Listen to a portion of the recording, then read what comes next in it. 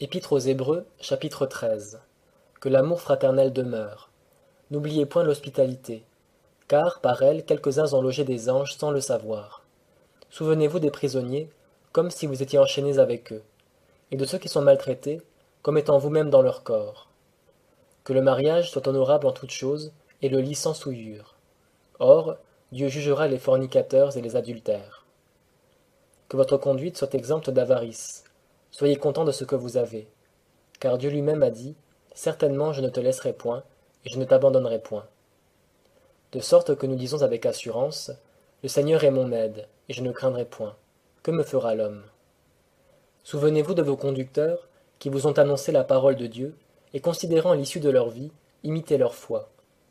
Jésus-Christ est le même, hier et aujourd'hui, et pour l'éternité.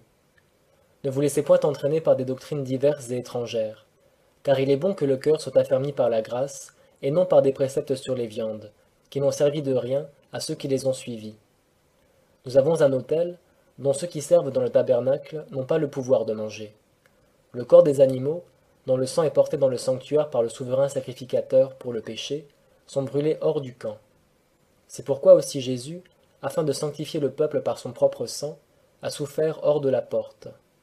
Sortons donc hors du camp pour aller à lui, en portant son opprobre.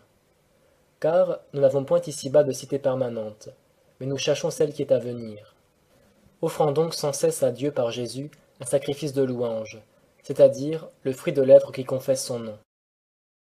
Et n'oubliez pas la bienfaisance et la libéralité, car Dieu prend plaisir à de tels sacrifices. Obéissez à vos conducteurs et soyez-leur soumis, car ils veillent sur vos âmes, comme devant en rendre compte, afin qu'ils le fassent avec joie et non en gémissant, car cela vous serait préjudiciable. Priez pour nous, car nous sommes persuadés d'avoir une bonne conscience, désirant de nous bien conduire en toutes choses. Et je vous prie d'autant plus vivement de le faire, afin que je vous sois plus tôt rendu.